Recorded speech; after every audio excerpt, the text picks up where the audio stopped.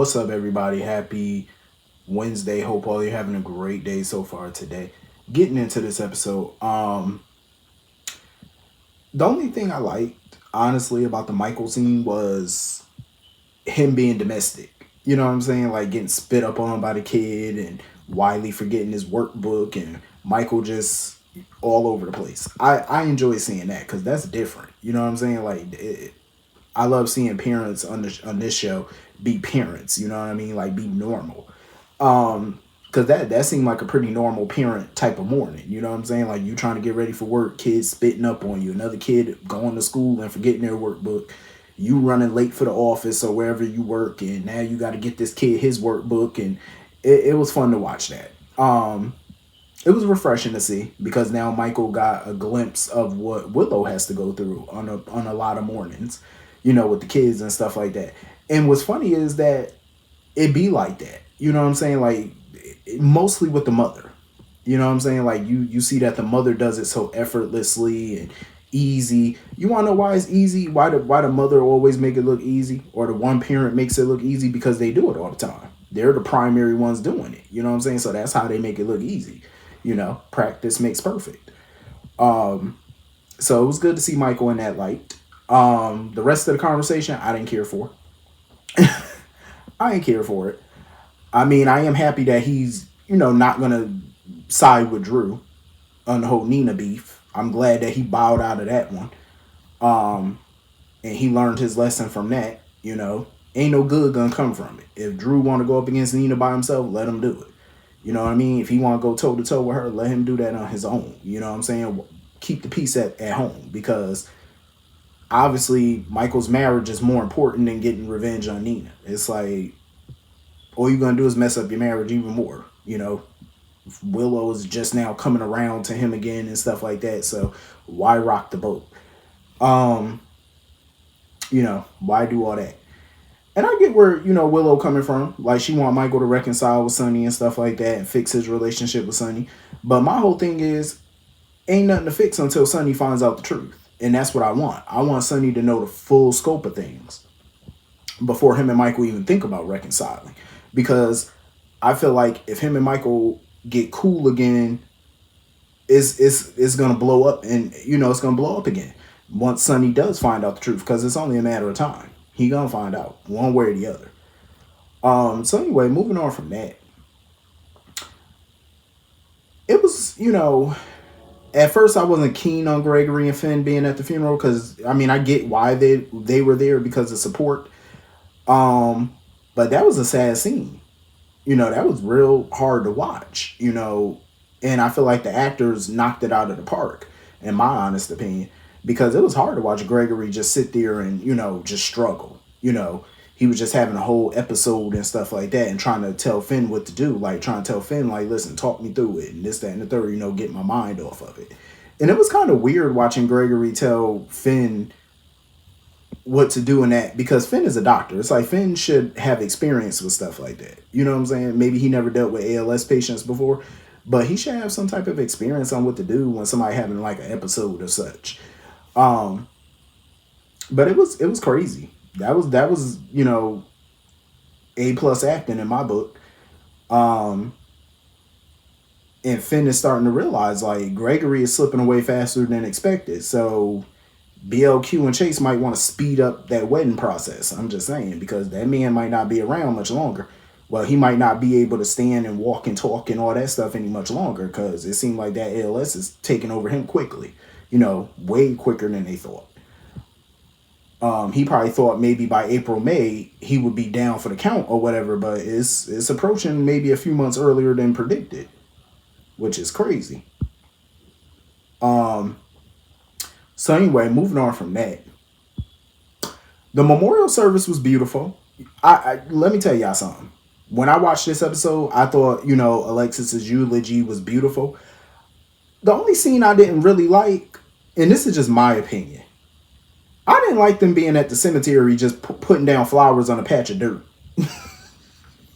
That's my opinion. Y'all might feel different, which is cool, but for me, I thought it was weird. It was like, why?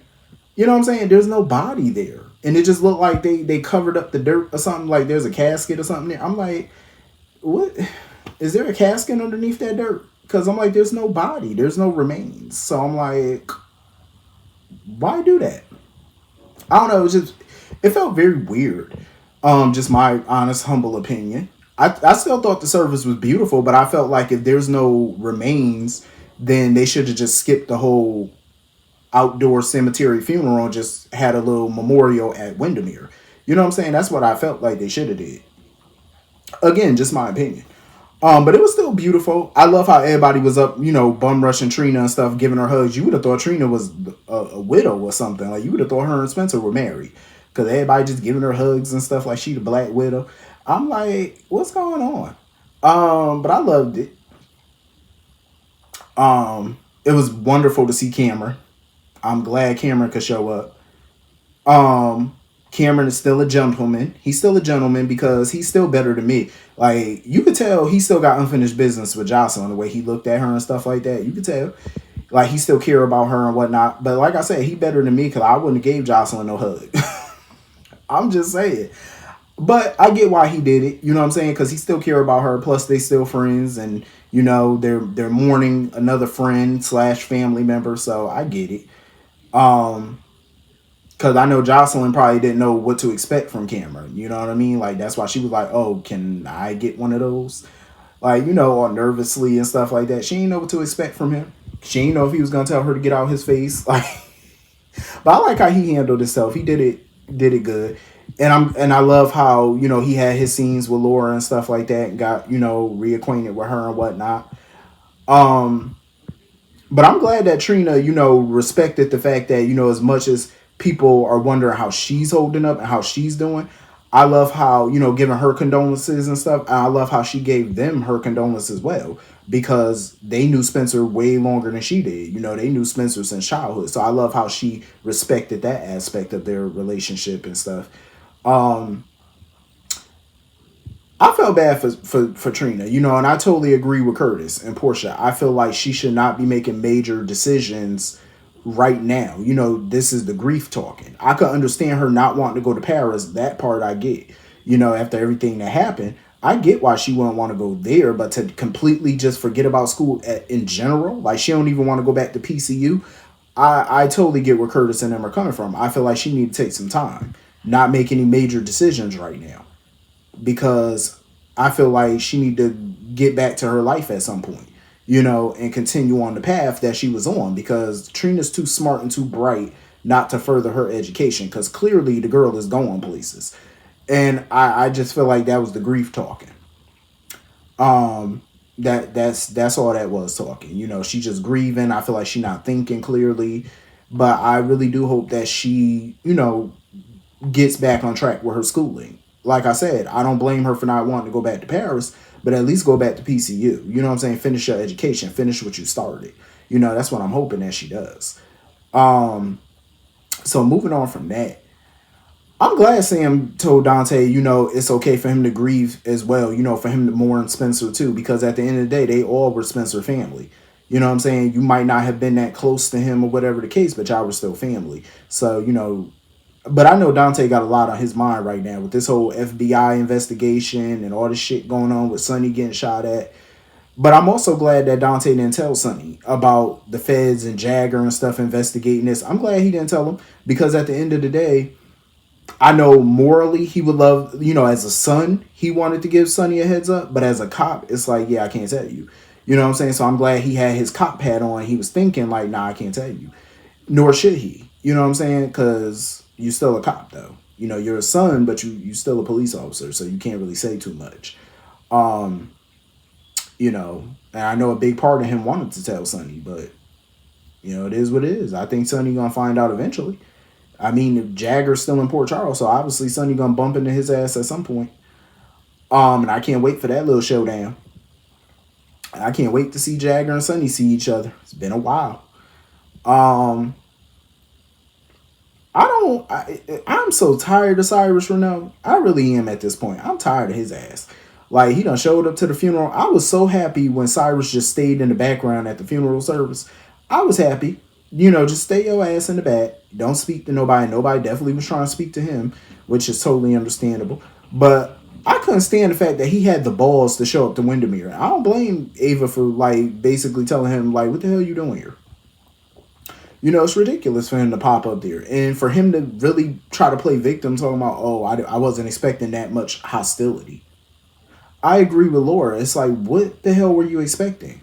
You've done a lot of things to a lot of people that's at that memorial service, and you really expect them to be pleasant towards you? Like, sir, get on somewhere with that.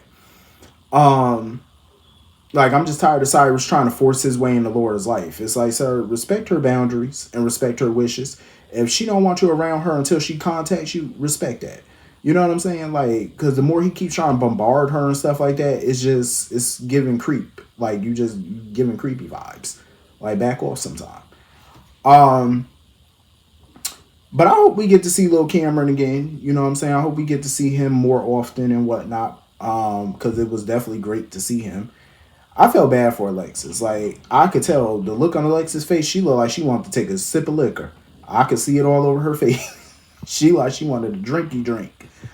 And I couldn't blame her. You know what I'm saying? Like you could tell Spencer dying. It hit her, you know, but at least she ain't got to worry about it for too long because he gonna come back. You know, he shall return. Um, I was a little weirded out about Elizabeth going to Esme's grave marker or whatever. I'm like, Elizabeth, you had no reason to be there. I'm just saying. She had no reason to go to that girl grave. Cause I'm like, listen, I don't blame Kevin because Kevin was like, listen, I ain't expect nobody to be here. I see why Kevin went because you know that's still his niece or whatever. So I see why Kevin went. But Heather Weber popping up being her usual nutty ass self. I couldn't believe she really. I mean, I expected her to blame Spencer for what happened to her daughter, but for her to blame Kevin for it, I said, "Are you serious?" And then got the nerve to tell him, "Oh, take care of Ace, protect Ace the way that you didn't protect Esme or whatever." I'm like, "Are you serious? Your daughter bashed that man upside the head. He tried to help her.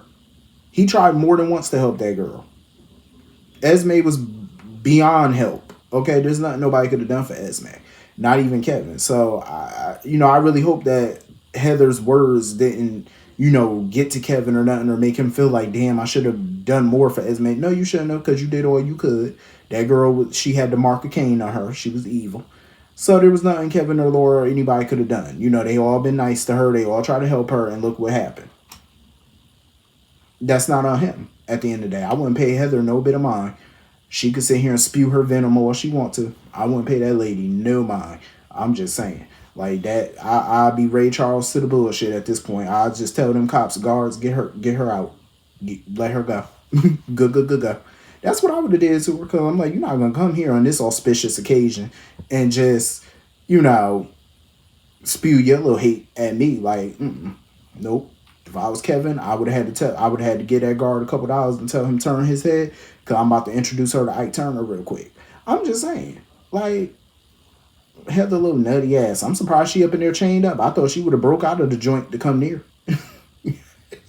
I'm just saying. But anyway, that was pretty much the whole episode. Hit the comment section. Let me know what y'all all thought, and I will see y'all all later. Have a great night. Peace.